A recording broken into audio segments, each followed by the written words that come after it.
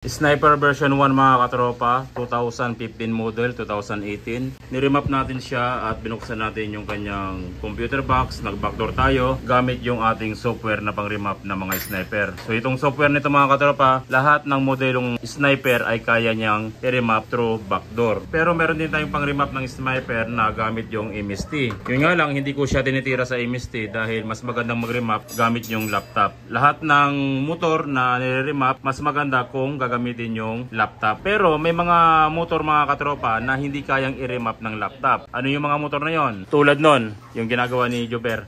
MIUI 125, NMAX version 1. Yan yung mga hindi kaya ng laptop dahil wala pang software para dyan sa mga yan. So sino makapag-remap dyan sa mga MIUI 125, mga NMAX version 1? Ano yung mga tools na makapag-remap dyan? Siyempre gagamit tayo ng MST o kaya Smart FI na tinatawag. Bukod doon, hindi nyo na mariremap sa laptop. Maliban lamang kung mayroon ka lang lumabas na software para sa MIUI 125 at doon sa NMAX version 1. So sa mga nagre-remap gamit yung MST, walang problema dyan. Good na good dyan. Subok na yung takbo at effective. At syempre hindi naman nilalagay ng mga nagbebenta ng ganitong tools o i-update kung may problema dun sa files na ginawa nila. Hanapin nyo lang yung komportabeng files. Pero kung meron namang software na makagamit, di software gamitin nyo. Mas okay yan, di ba?